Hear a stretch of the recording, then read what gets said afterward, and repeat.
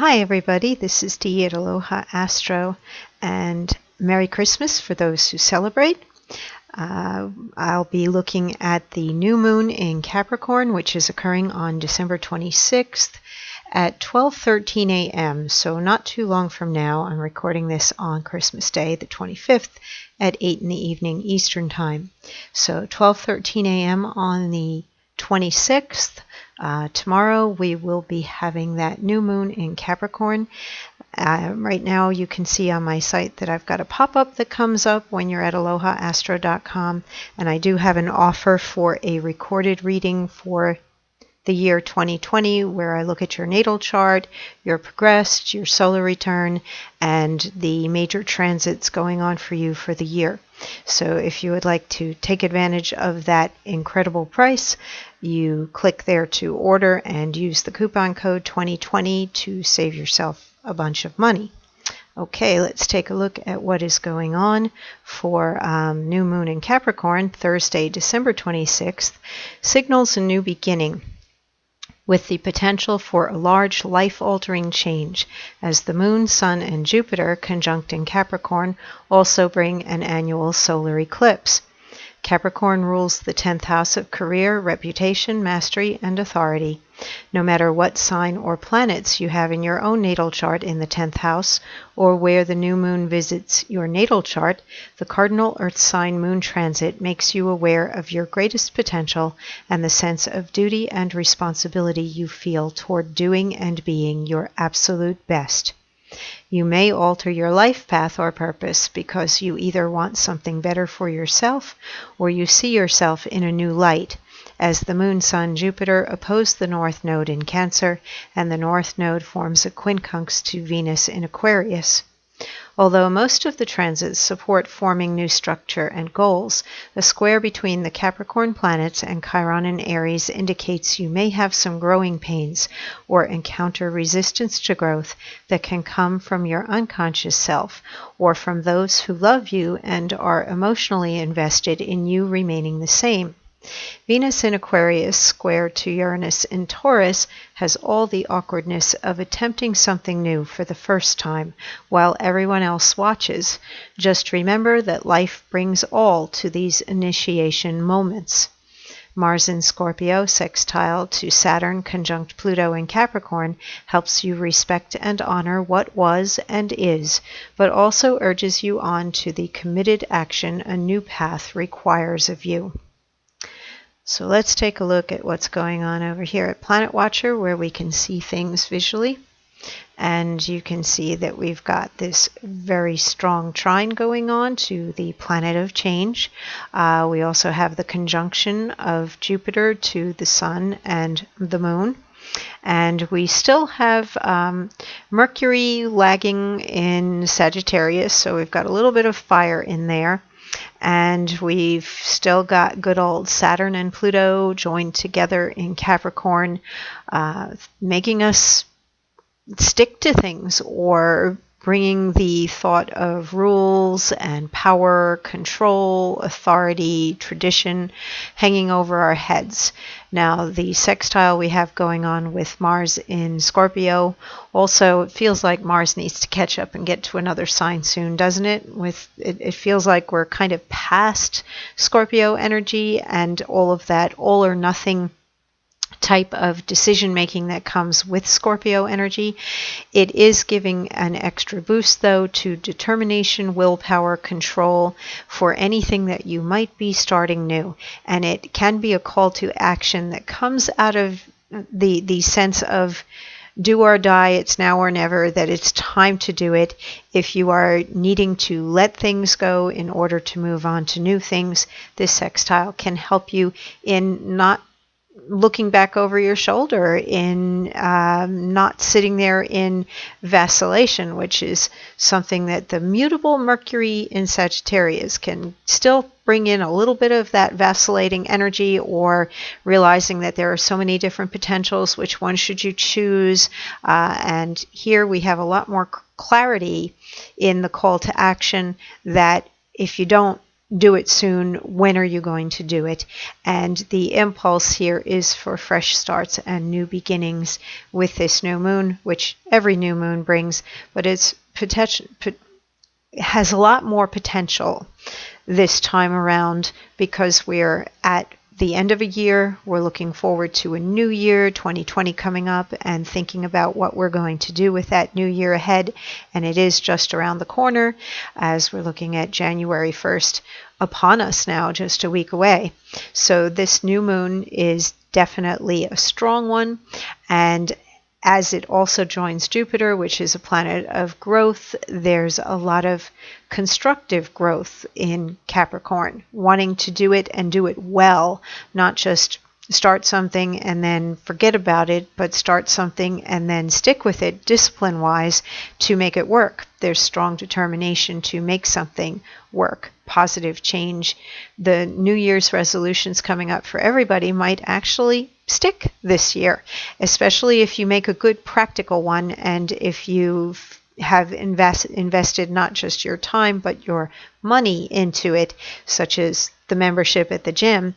You may be more inclined this year to follow through on it because you have Jupiter backing you up, that you know you're going to see improvements and that it's going to take the discipline and the willpower and the control to actually keep doing whatever it is that you are going to begin so that you see the improvements in yourself. Now, these opposition here and the square, this is where we run into the challenges going on at this point in time. And with this quincunx here between the North Node in Cancer and Venus in Aquarius, the desire to see yourself in a new light, or if you've had the urge to change your life path, study something new, do something new, go live somewhere else, start a new job, whatever, if you feel like you just need a general shakeup and that you need to let your crazy side out or your authentic side, or the things that perhaps we always have to look at Aquarius from the perspective of Leo as well. The childlike creativity of Leo is in the shadows of Aquarius, and in Aquarius we want to take that creativity out there and share it with the larger group, with our friends, with the group, the organization. We have something to bring forward to humanity in our uniqueness, and we take the creativity of Leo opposite and bring it forward. So maybe there are things from your childhood that you did not get to fully express, whether it was a career goal or something that you did as a child, but you didn't follow through on it as you became an adult. Maybe it does factor into your life purpose now, and you want to tap back into that. We will be looking at a Mercury retrograde time period in the month of February, so think ahead at what you might want to resurrect or go back over, and maybe it is a return to school or picking up a hobby that you did before and actually turning it into something that becomes a career. But look seriously at that during this new moon as we go into the dark of the moon, and take yourself seriously. There's a lot of serious energy under the cardinal earth energy of Capricorn, and it can take a while for us to master something. We have to practice before we become an expert in something.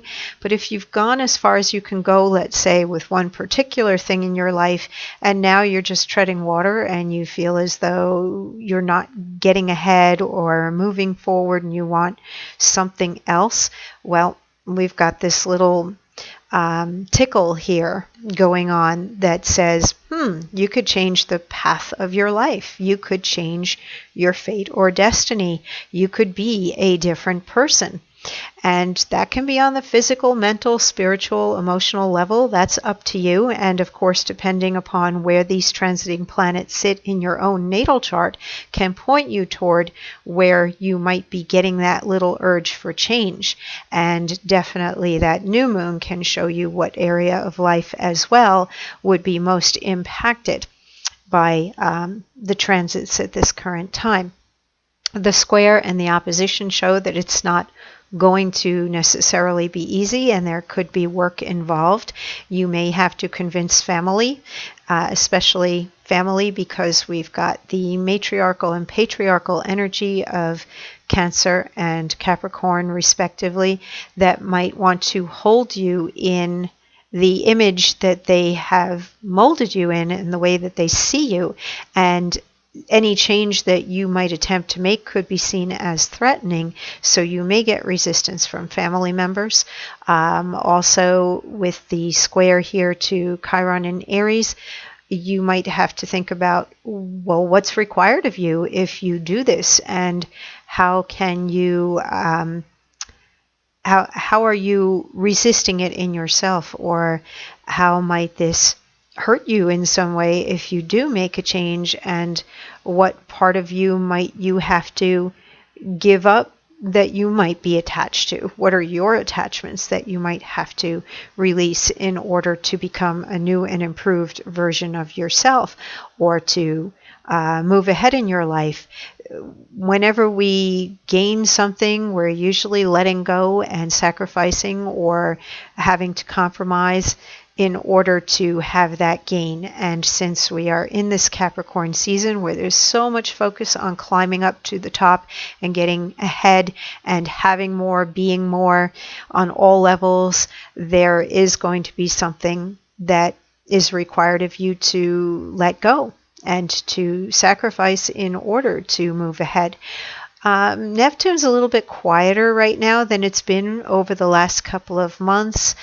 These aspects are weaker, as these planets are not in exact aspects to Neptune at the moment, but it's still there a little bit, where we have this sextile between Neptune and Saturn and Pluto. So yes, there can be some sacrifice and letting go in order for you to make something real, or make something more important, or to become committed to something. And the ability to see a dream manifest, or to see a goal realized, would definitely require taking the action. We're coming just out of the trine that Mars in Scorpio has been making with Neptune for the last couple of months, and now it's fading. If you're going to do something and you still want to carry some of that inspiration of Neptune or the grace of Neptune, it's coming to the end of some of the trines and sextile input that it's been having with Mars and with Saturn and Pluto.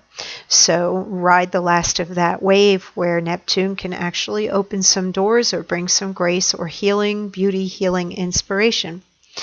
So that's it for now. I'm passing over the Sabian symbol this lunar cycle, because I feel that it's very charged in terms of political incorrectness, and it was fine in its day and time, and I feel like I would have to maybe make a lot of apologies for for some political incorrectness in it, and I just decided I'm going to let it pass this time. But you can always Google, Sabian symbol, and look for 5 degrees of Capricorn if you'd like to read it on your own. We round up to the next degree, because we're at 4 degrees 7 minutes. So that's it for now, and I hope that you are having a wonderful time with friends and family, and that you have a very safe and healthy week as you go up to the new year. I might do another video at the new year, or if you don't see me then hopefully you see me in a one-on-one session for the new year. If you order any type of a reading right now with a gift certificate, you do get a bonus day watch calendar and report that covers the whole year. And that is in place until December 31st. And then the other code, the 2020 code, can be applied to the 1 year, which is usually 125. It's under astrology. Where is it? Oh, there. So that is applied to the yearly overview recording. That saves you $37 on that if you apply the code 2020 when you open up the shopping cart there and enter the code. Everybody take care, be safe, and I will see you in the new year.